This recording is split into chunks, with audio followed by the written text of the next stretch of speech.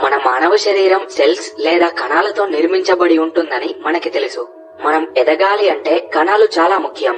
మనం ఎదుగుతున్నామంటే దాని అర్థం ఈ కణాలు ఎదిగి అది రెండుగా డివైడ్ అయ్యి ఇలా కొన్ని నెంబర్ ఆఫ్ సెల్స్ ని ప్రొడ్యూస్ చేయడం. ఒకవేళ ఈ సెల్స్ ఓల్డ్ అయినా లేక ఏమైనా డ్యామేజ్ అయినా కొత్త కణాలు వాటిని రిప్లేస్ చేస్తాయి. మన లైఫ్ లో ఇది ఎప్పుడూ జరిగే ఒక ప్రాసెస్. ఎప్పుడైతే మన బాడీలో క్యాన్సర్ డెవలప్మెంట్ స్టార్ట్ అవుతుందో అప్పుడు ఈ ప్రాసెస్ బ్రేక్ అవుతుంది. ఇంతకీ క్యాన్సర్ అంటే ఏంటి, అది ఎలా స్టార్ట్ అవుతుంది, క్యాన్సర్ ఎన్ని రకాలు, క్యాన్సర్ నుండి ఎలా బయటపడవచ్చు, ఇలాంటి ఎన్నో విషయాలని ఈ వీడియోలో తెలుసుకుందాం. క్యాన్సర్ అంటే ఏంటో ఒక్క మాటలో చెప్పాలంటే మన బాడీలో పెరుగుతున్న కణాలు నార్మల్ గా కాకుండా కంట్రోల్ తప్పి ఇష్టం వచ్చినట్టు ఒకే దగ్గర ఒక గుంపుగా పెరగడాన్నే క్యాన్సర్ అని అంటారు.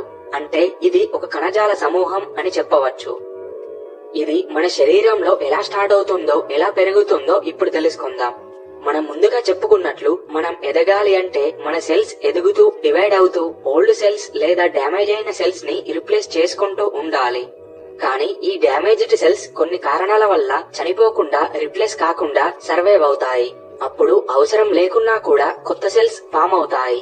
ఇలా కొత్త సెల్స్ అదుపు తప్పి పెరుగుతూ డివైడ్ అవుతూ ఒక గుంపుగా ఫామ్ అవుతాయి. ఇలా ఫామ్ అయిన ఈ సెల్స్ తో కూడిన గ్రూప్ ని ట్యూమర్ అని అంటారు. ఇలా క్యాన్సర్ మన బాడీలో పెరగడం స్టార్ట్ అవుతుంది. ఈ ట్యూమర్స్ జనరల్ గా రెండు రకాలుగా ఉంటాయి. అవి మెలిగ్నెంట్ ట్యూమర్, మరొకటి బనాయన్ ట్యూమర్. మెలిగ్నెంట్ ట్యూమర్ చాలా ప్రమాదకరం. ఇది పెరుగుతూ బాడీలో స్ప్రెడ్ అవుతూ దానికి పక్కనున్న టిష్యూలపై కూడా దాడి చేస్తాయి. అంటే ఈ క్యాన్సర్ సెల్స్ పెరుగుతూ మధ్యలో బ్రేక్ అయ్యి అవి రక్తం గుండా ప్రయాణిస్తూ ఇతర టిష్యూస్ పై క్యాన్సర్ ని స్ప్రెడ్ చేస్తాయి. కానీ బనాయన్ ట్యూమర్ మెలిగ్నెంట్ ట్యూమర్ లాగా కాదు. ఇది స్ప్రెడ్ అవ్వదు, పక్క టిష్యూస్ పై దాడి చేయదు. బనాయన్ ట్యూమర్ సెల్స్ అప్పుడప్పుడు చాలా పెద్దవిగా అవుతాయి. వీటిని ఆపరేషన్ ద్వారా తీసేసిన తర్వాత మళ్ళీ ఇవి పెరగవు. కానీ మెలిగ్నెంట్ ట్యూమర్ ని తీసేసిన తర్వాత కూడా అది మళ్ళీ వచ్చే అవకాశం ఉంది. ఈ బనాయన్ ట్యూమర్ అంత ప్రమాదకరం కాకపోయినప్పటికీ ఒకవేళ ఈ ట్యూమర్ బ్రెయిన్ లో వస్తే అది లైఫ్ కి చాలా రిస్క్. ఇప్పుడు క్యాన్సర్ సెల్ కి నార్మల్ సెల్స్ కి తేడా ఏంటో చూద్దాం. క్యాన్సర్ సెల్స్ కి నార్మల్ సెల్స్ కి చాలా తేడా ఉంది. నార్మల్ సెల్స్ కి వాటికి ప్రత్యేకమైన పనులు కేటాయించబడి ఉంటాయి. కానీ ఈ క్యాన్సర్ సెల్స్ కి ఏ పనులు ఉండకపోగా అవి నార్మల్ సెల్స్ నుండి వచ్చే సిగ్నల్స్ ని పట్టించుకోకుండా ఇష్టం వచ్చినట్లు పెరుగుతూనే ఉంటాయి. క్యాన్సర్ సెల్స్ ట్యూమర్ సైజ్ ని పెంచుకోవడానికి, స్ప్రెడ్ చేయడానికి, దానికి కావలసిన ఆక్సిజన్ మరియు న్యూట్రియంట్స్ ని సప్లై చేయడానికి కొన్ని సెపరేట్ బ్లడ్ వెజల్స్ ని కూడా క్రియేట్ చేసుకోగలవు. మన బాడీలోని ఇమ్యూన్ సిస్టమ్ బ్యాక్టీరియా, వైరస్ లని కనిపెట్టి డిస్ట్రాయ్ చేస్తుంది. కానీ క్యాన్సర్ ఇంటర్నల్ గా జనరేట్ అవుతుంది. కాబట్టి క్యాన్సర్ చాలా సందర్భాలలో ఇమ్యూన్ సిస్టమ్ నుండి తప్పించుకోగలదు. అసలు ఈ క్యాన్సర్ రావడానికి గల కారణాలు ఏంటో ఇప్పుడు తెలుసుకుందాం. క్యాన్సర్ అనేది ఒక జన్యుపరమైన వ్యాధి. సాధారణంగా మన సెల్స్ ఎలా పెరగాలి, ఎలా పనిచేయాలి, ఎలా డివైడ్ అవ్వాలి అని మన బాడీలోని జీన్స్ డిసైడ్ చేసి కంట్రోల్ చేస్తాయి. ఎప్పుడైతే ఈ జీన్స్ లలో మార్పులు వస్తాయో అప్పుడు జీన్స్ కణాలపై కంట్రోల్ కోల్పోతుంది. ఇక ఈ క్యాన్సర్ ని కలుగజేసే కణాలు ఇష్టం వచ్చినట్లు పెరగడం జరుగుతుంది. ఈ జన్యుపరమైన మార్పులు ఎలా వస్తాయో ఇప్పుడు చూద్దాం.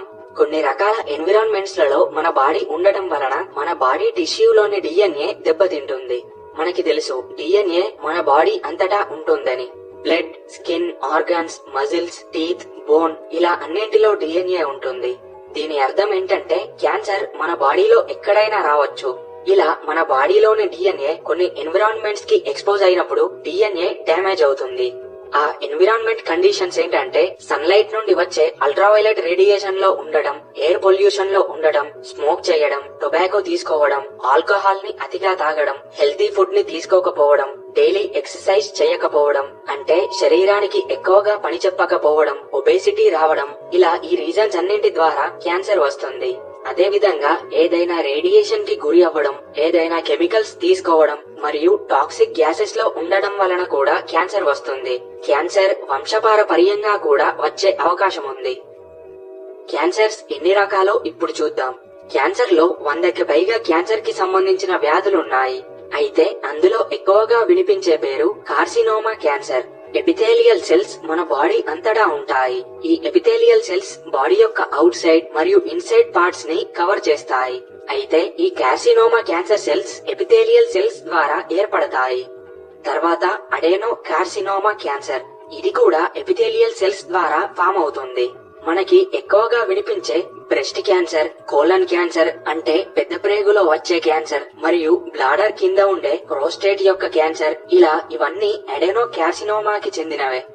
సర్కోమా అనే ఇంకో క్యాన్సర్ మన బాడీలోని bones, muscles, fat, blood vessels లో ఫామ్ అవుతుంది. లుకేమియా క్యాన్సర్, దీనిని బ్లడ్ క్యాన్సర్ అని కూడా అంటారు. జనరల్ గా అన్ని క్యాన్సర్స్ మన బాడీలో సాలిడ్ స్టేట్ లోనే ఉంటాయి, కానీ లుకేమియా క్యాన్సర్ లిక్విడ్ స్టేట్ లో ఉంటుంది. ఈ లుకేమియా క్యాన్సర్ మన బాడీలో రక్తం తయారు చేసే ప్రాంతమైన బోన్ మ్యారోలో ఫామ్ అవుతుంది. దీనివల్ల వైట్ బ్లడ్ సెల్స్ కావలసిన దానికన్నా ఎక్కువ సంఖ్యలో ప్రొడ్యూస్ అవుతాయి. దీనివల్ల వైట్ బ్లడ్ సెల్స్ కౌంట్ పెరిగి రెడ్ బ్లడ్ సెల్స్ కౌంట్ తగ్గుతుంది. దాంతో మన బాడీలోని టిష్యూస్ కి కావలసిన ఆక్సిజన్ తగ్గిపోవడంతో పాటు బ్లీడింగ్ కంట్రోల్ మరియు ఇమ్యూన్ సిస్టమ్ దెబ్బతింటాయి. ఇలా ఇవే కాకుండా brain cancer, lung cancer, liver cancer, skin cancer, ఇలా చాలా రకాల క్యాన్సర్స్ ఉన్నాయి. అయితే మనకి క్యాన్సర్ వచ్చిందని మనకి ముందుగా ఎలా తెలుస్తుంది? దాని వల్ల వచ్చే సిమ్టమ్స్ ఏంటో ఇప్పుడు చూద్దాం. మనం ముందుగా చెప్పినట్లు సుమారు 100కి పైగా క్యాన్సర్ రకాలున్నాయి. ఒక్కో క్యాన్సర్ కి ఒక్కో ప్రత్యేకత ఉంటుంది. ఈ క్యాన్సర్ యొక్క సిమ్టమ్స్ అది పెరిగే సైజ్ బట్టి, అది ఉండే ప్రాంతం బట్టి మరియు మెటాస్టాటిస్ బట్టి ఉంటుంది. క్యాన్సర్ వచ్చిన పేషెంట్ లో కామన్ గా కనిపించే సిమ్టమ్స్ పెద్ద ప్రేగులు మరియు బ్లాడర్ యొక్క పనులలో మార్పులు రావడం, గొంతు నొప్పి ఎప్పటికీ తగ్గకపోవడం, లేడీస్ కి చాలా బ్లీడింగ్ అవ్వడం, బ్రెస్ట్ పై లమ్స్ ఫామ్ అవ్వడం, తిన్నది సరిగ్గా డైజెస్ట్ కాకపోవడం, చర్మం మీద పుండ్లు ఏర్పడడం, సడన్ గా బరువు తగ్గడం లేదా బరువు పెరగడం, ఊరికే అలసిపోవడం, ఫీవర్ రావడం, బ్రీతింగ్ తీసుకోవడంలో ఇబ్బంది ఉండడం, ఇలా ఇవన్నీ కామన్ సిమ్టమ్స్ ఉంటాయి. ఒకవేళ క్యాన్సర్ మన బాడీలో డెవలప్ అయితే అది ఎన్నో స్టేజ్ లో ఉంది. క్యాన్సర్ స్టేజెస్ అంటే ఏంటో ఇప్పుడు చూద్దాం. డాక్టర్స్ స్టేజెస్ గురించి చెప్పడానికి మన బాడీలో క్యాన్సర్ ఎక్కడ ఉంది, అది ఎంత సైజ్ లో ఉంది, అది ఎంత ఫాస్ట్ గా పెరుగుతుంది, అది ఇతర ఆర్గాన్స్ ని ఆక్రమించిందా, ఇలా వీటన్నింటినీ చూసి చెప్తారు. స్టేజ్ 0లో అప్పుడే క్యాన్సర్ స్టార్ట్ అవుతుంది. అది ఇంకా స్ప్రెడ్ అవ్వడం మొదలవ్వదు. ఈ స్టేజ్ లో క్యాన్సర్ ని గుర్తిస్తే సర్జరీ ద్వారా తీసేయవచ్చు. స్టేజ్ 1లో ట్యూమర్ సైజ్ పెరగడం గమనించవచ్చు, కానీ అది మరీ ఎక్కువగా స్ప్రెడ్ అవ్వదు. స్టేజ్ 2 మరియు స్టేజ్ 3లో ట్యూమర్ పెరగడమే కాకుండా అది పక్కనే ఉండే టిష్యూస్ లలోకి చాలా స్ప్రెడ్ అవుతుంది. ఇంకా చివరి స్టేజ్ అయిన స్టేజ్ 4లో క్యాన్సర్ వేరే ఆర్గాన్స్ కి స్ప్రెడ్ అవుతుంది. ఈ ట్యూమర్స్ బ్లడ్ ద్వారా ట్రావెల్ చేసి వేరే ఆర్గాన్స్ పై అటాక్ చేస్తాయి. ఇప్పటి వరకు మనం క్యాన్సర్ కి గల కారణాలు, క్యాన్సర్ టైప్స్ మరియు క్యాన్సర్ యొక్క స్టేజెస్ గురించి విన్నాం. ఇప్పుడు క్యాన్సర్ ట్రీట్మెంట్ గురించి చూద్దాం. అసలు క్యాన్సర్ కి 100% క్యూర్ ఉంటుందా అని అడిగితే దానికి ఎవరు ఆన్సర్ చెప్పలేరు. ఉదాహరణకి ఎవరికైనా అపెండిక్స్ ఉంటే దాన్ని డాక్టర్స్ ఆపరేషన్ చేసి తీసేస్తారు. అంటే మళ్ళీ అపెండిక్స్ లైఫ్ టైమ్ లో రాదు. కానీ క్యాన్సర్ క్యూర్ అలా పనిచేయదు. ఒకవేళ దానిని తీసేసిన కొన్ని సంవత్సరాలకి మళ్ళీ వచ్చే ఛాన్స్ ఉంది. క్యాన్సర్ యొక్క ట్రీట్మెంట్ క్యాన్సర్ టైప్ ని బట్టి, క్యాన్సర్ యొక్క స్టేజ్ ని బట్టి, ఆ పేషెంట్ యొక్క హెల్త్ ని బట్టి మారుతాయి. ఆ ట్రీట్మెంట్స్ ఏంటంటే surgery, radiation, chemotherapy, targeted biology therapy, stem cells transplant, ఇలా వీటన్నింటి ద్వారా క్యూర్ చేయవచ్చు. ఈ ట్రీట్మెంట్స్ చేసినా కూడా పేషెంట్ లో 100% క్యాన్సర్ పోతుందని, మళ్లీ రాదని చెప్పలేం. అయితే మెడికల్ ఫీల్డ్ లో ఇప్పుడు వస్తున్న అడ్వాన్స్డ్ టెక్నాలజీ వల్ల క్యాన్సర్ క్యూర్ చాలా డెవలప్ అయ్యింది. ఒక హెల్దీ లైఫ్ స్టైల్ ని క్రియేట్ చేసుకుంటే క్యాన్సర్ రాకుండా ప్రివెంట్ చేయగలం. అంటే హెల్దీ ఫుడ్ తీసుకోవడం, హెల్దీ ఏజ్ వెయిట్ ని మెయింటైన్ చేయడం, స్మోకింగ్, టొబాకో మరియు ఆల్కహాల్ వాడడాన్ని తగ్గించడం, ఎక్సర్సైజ్ చేయడం, ఇమ్యూన్ సిస్టమ్ ని పెంచడం ద్వారా క్యాన్సర్ ని ఎంతో కొంత అడ్డుకోగలం.